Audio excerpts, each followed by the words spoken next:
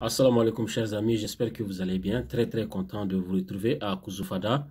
Dans la vidéo précédente, j'avais évoqué le communiqué final issu de la conférence des chefs d'État de la CEDEAO le 24 février 2024. Donc dans la précédente vidéo, j'avais déjà fait une réaction par rapport à la levée des sanctions et sur le Niger. Je vous invite à regarder la vidéo dans le lien en description. Donc dans cette vidéo, je vais réagir sur la réponse de la CEDEAO par rapport à la sortie des pays de l'AES extraordinaire. Bon, ça j'avais parlé de ça déjà dans la vidéo précédente.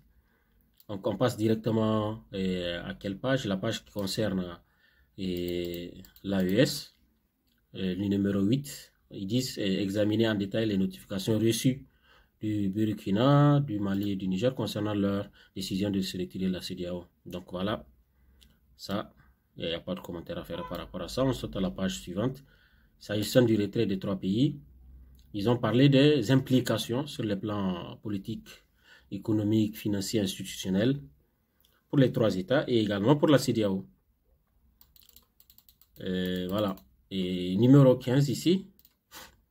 Qu'est-ce qu'ils disent au numéro 15? Dans le cadre de la coopération régionale pour la lutte contre le terrorisme, contre l'extrémisme violent et la criminalité organisée, ces trois pays ont bénéficié d'une enveloppe de 100 millions de dollars des États-Unis.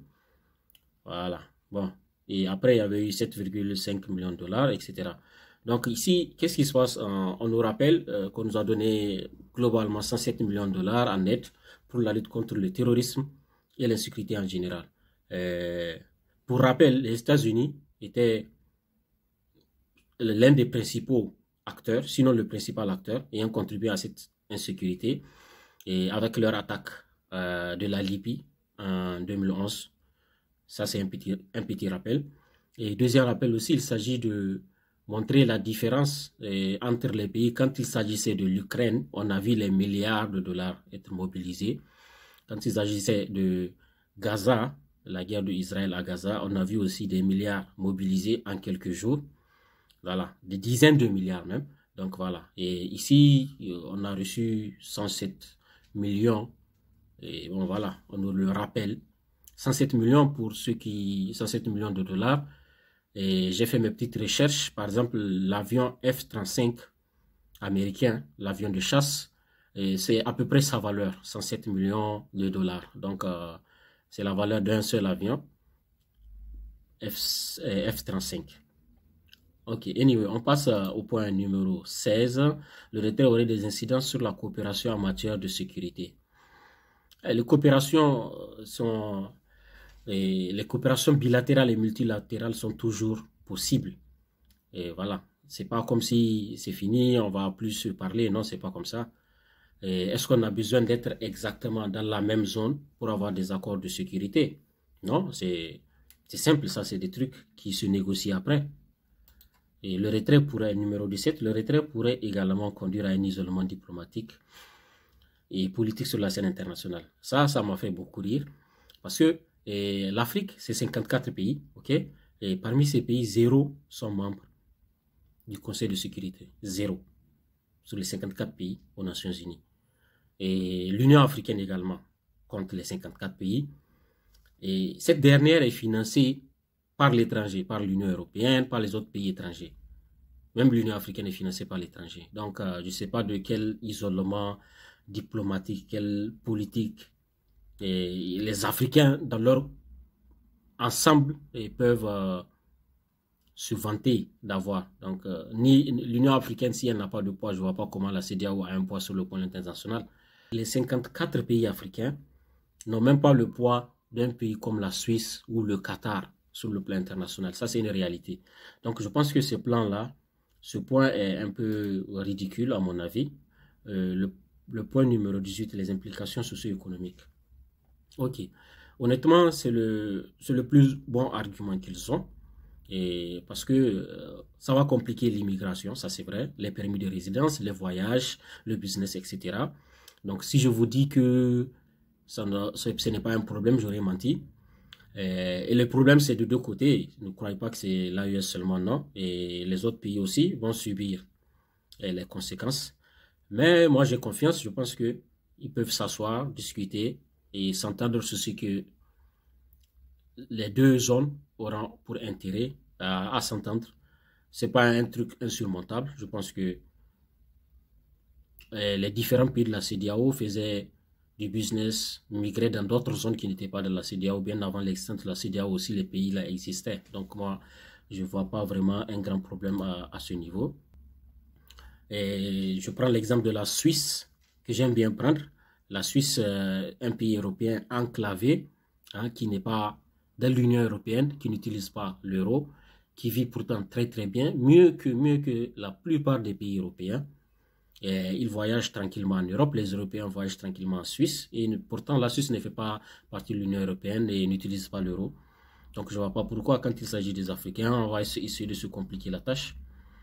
Au point numéro 19, rapidement, il rappelle le poids et populaire, le poids économique de l'AES dans la CEDEAO. Ça, je l'avais déjà évoqué dans ma vidéo, dans l'une de mes vidéos, et je vous laisserai le lien en description. Le point numéro 20, voilà, le retrait pourrait également perturber le commerce intracommunautaire, qui, je vous rappelle, est de 5% seulement. Et même à ce niveau, c'est si vous voulez que ça perturbe le commerce intracommunautaire, oui, sinon, il y a toujours des accords multilatéraux, des accords bilatéraux entre les pays. C'est pas interdit, c'est le business. La conférence note que les 3 pays bénéficient de plusieurs programmes et de plusieurs projets et programmes régionaux, notamment. Ok, ici on nous rappelle tous les projets, je ne vais pas m'attarder sur ça, tous les projets dont nous avons bénéficié ou nous pouvons potentiellement bénéficier. Voilà.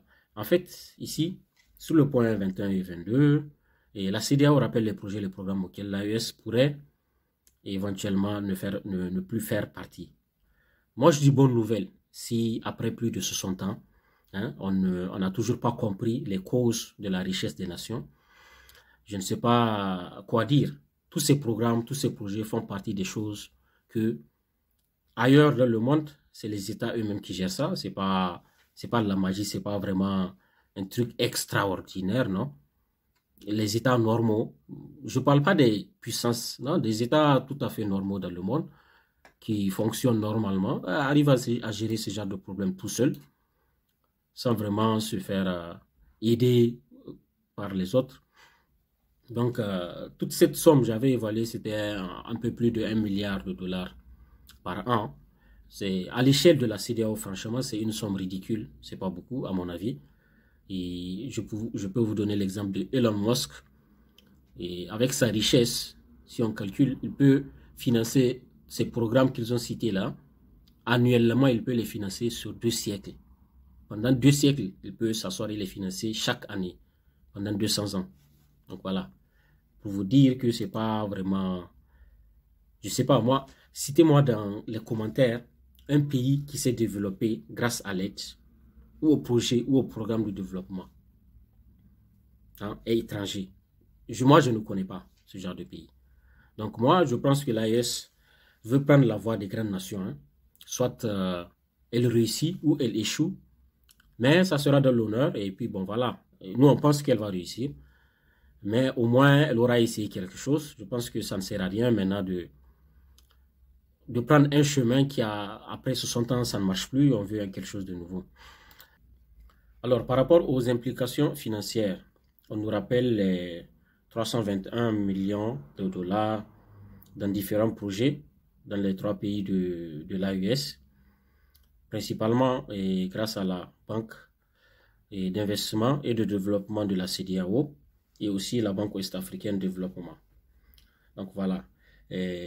Ici, à ce niveau, en fait, moi, ce que j'aimerais dire à ce niveau, il y a des projets en cours. Une fois que les projets finissent, je pense que les pays de l'AES ont pris tout cela en compte. Une fois que les projets finissent, ils auront leur propre structure qui vont prendre la relève et continuer les projets. C'est pas comme si d'autres ne peuvent pas le faire. Comme on dit, la nature a horreur du vide. Ils ne sont pas là, il y a d'autres partenaires. Il y aura toujours d'autres partenaires parce que les pays de l'AES ont l'essentiel. Ils ont une population et ils ont des ressources naturelles. Et avec un bon leadership, ils peuvent facilement combler cela, soit par leurs propres moyens ou avec d'autres banques qui peuvent prendre la relève. Ça, je pense que ce n'est pas un grand problème. Numéro 24. Et voilà, ici ils disent que les 3 pays là ont un capital de 33 millions. Voilà, 33 millions. Et bon, voilà, donc quand ils vont quitter, vous leur remettez leur capital et ils vont l'investir dans leur propre banque de développement. Je ne vois pas vraiment de problème, de chantage à faire à cela. Maintenant, implication institutionnelle, numéro 25. Implication institutionnelle, on dit que ils vont fermer leurs bureaux, leurs agences, tout, mais cela va de soi, c'est normal. Et si vous ne faites plus partie de la zone, c'est normal que les bureaux ferment. Ça, cela va de soi, il n'y a même pas de commentaire à faire par rapport à ça. Maintenant, on passe à la page suivante. La conférence décide de ce qui suit. Ok, on saute ici parce que ça concerne le Niger. Concernant le retrait de 3 pays, la CEDEAO prend note, elle dit, des notifications. Maintenant, elle attire l'attention des pays, c'est-à-dire les 3 pays, sur l'article 91. Vous voyez l'article qui dit que quand vous allez vous retirer, vous notifiez à la CEDEAO, mais vous restez membre pendant 1 an. Une fois que l'année s'écoule et que vous n'avez pas changé votre avis, vous cessez d'être membre de la CEDEAO. Donc, il leur rappelle qu'il les considère toujours comme membre de la CEDEAO, alors que les pays de l'AES ont dit que non, nous, on n'est plus membre de la CEDEAO, avec effet immédiat. Donc, ici, il essaie de le rappeler, ce point. Voilà, c'est ça, le fameux article 91. Donc, par rapport à ça, on saute jusqu'au 41.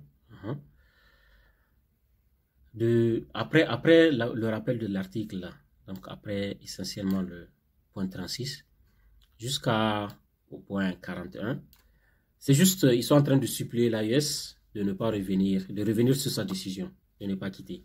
C'est globalement ça, tous ceux qui sont en train de dire ici, là, c'est ça. Revenez s'il vous plaît, ne quittez pas, etc. Et bon, voilà. Et ici, ils ont parlé du Sénégal. Je pense que je suis arrivé à la fin. Donc voilà, c'est ça un peu ma réaction par rapport à ça. Et je vous retrouve très très bientôt les amis. Merci d'avoir suivi jusqu'à la fin. Donc à très très bientôt. Au revoir.